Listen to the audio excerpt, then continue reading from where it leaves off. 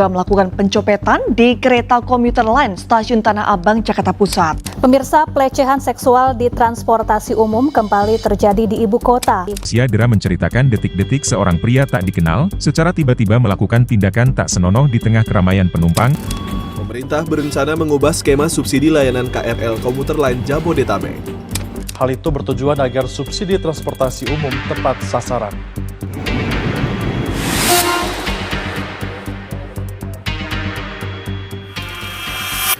Di tengah hiruk-pikuk kehidupan urban, kereta rel listrik atau KRL Jabodetabek menjadi salah satu moda transportasi paling vital bagi jutaan orang.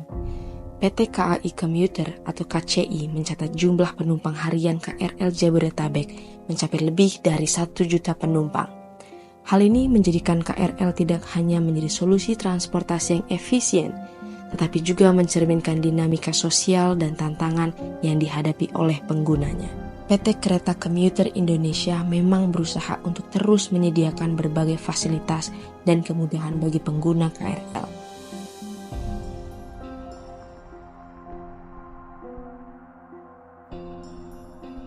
Namun, di balik kemudahan yang ditawarkan, terdapat banyak keresahan yang menyelimuti.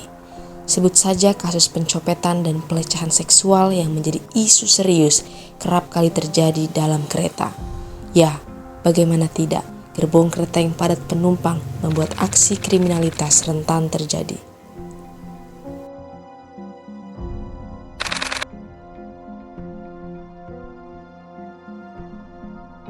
Di sisi lain juga terdapat Dimar, seorang pelajar yang baru saja tiba kembali di stasiun Pasar Senen setelah melakukan perjalanan dari luar kota. Dimar juga menyampaikan keresahannya terhadap KRL. Ya, saya was-was ya, apalagi saya kan dari luar kota, mau KRL-an ke Bekasi dan barang bawaan saya kan banyak. Dan akhir-akhir ini kan juga banyak berita copetan, jadi saya harus was-was dan hati-hati. Pengguna harian KRL rute Parung Panjang Tebet, Philip turut merasakan pengalaman naik moda transportasi ini. Kalau lihat langsung sih belum sih, tapi kayak di sosmed tuh sering lihat kayak kejadian-kejadian kayak nggak senonoh, maaf melecehkan atau video. Ya, saya harap orang-orang yang lihat atau jadi korban tuh mau speak up, mau membantulah kalau ada seperti itu, bantu korban dan bantu korban dan melaporkan pelaku ke pihak petugas. Isu lain yang tak kalah menggugah adalah rencana tarif KRL berdasarkan NIK yang menuai banyak kontroversi. Pemerintah mengklaim bahwa sistem ini akan memberikan keadilan, namun banyak pihak merasa bahwa ini akan memberatkan masyarakat, terutama mereka yang berpenghasilan rendah. Pemirsa, kalau Anda memiliki pengeluaran 1,2 hingga 6 juta rupiah per bulan sekaligus pengguna KRL, Anda adalah kelas menengah yang bisa terimbas kebijakan tarif KRL berbasis nomor induk kependudukan atau NIK. Siap-siap merogoh kocek lebih dalam untuk beli tiket kereta. Sekali lagi, kemenangan ada di Kemenlu. Kami hanya sebagai eksekutor saja.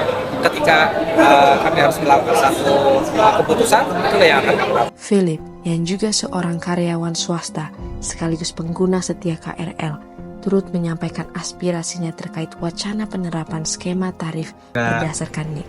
Aku nggak tahu juga teknisnya gimana ngumpulin NIK seluruh pengguna, kan ribet lah, masa ada pilah-pilah yang ini dapat bantuan, yang ini nggak dapat bantuan, kan juga sulit lah. Kirawan kita aja udah enak sekarang naik KRL tinggal ngetap pakai kartu Flash atau pakai Gojek, sekarang harus pakai NIK kan saya rasa ribet. Kalau pakai aplikasi baru juga tahu sendiri, kalau aplikasi dari pemerintah kadang lemot, kadang nggak bisa diakses, juga bukan sebuah solusi lah untuk seperti itu.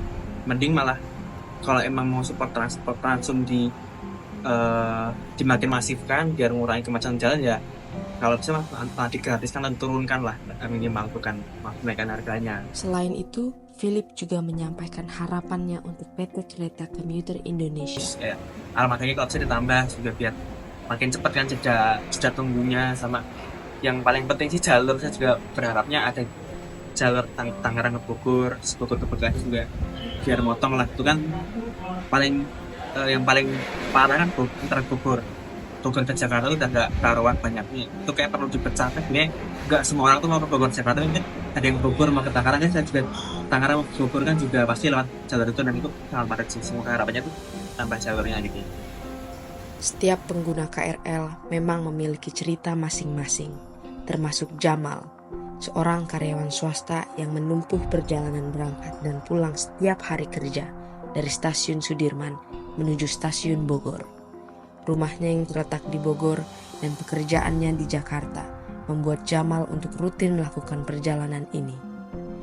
Kisah perjuangan Jamal ini mencerminkan daya juang masyarakat yang terus mencoba berdaya, walau harus menempuh jarak yang jauh setiap hari. Meski perjalanan melelahkan, semangat untuk tetap berkarya tidak pernah surut. Pesan ini penting untuk pemerintah, agar tidak membuat kebijakan yang semakin membebani dan meresahkan masyarakat. Mereka yang berjuang setiap hari layak mendapatkan perhatian dan kebijakan yang memudahkan, bukan sebaliknya.